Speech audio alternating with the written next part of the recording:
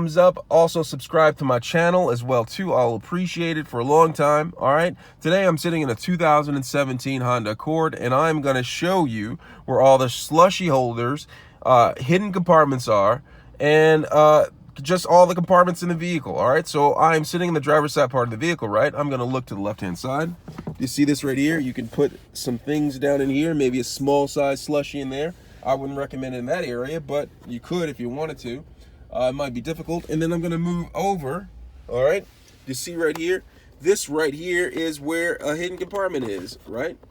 Not right here. That's, you can put some stuff in there. But if I go like this, boom, hidden compartment right there. Isn't that pretty impressive right there?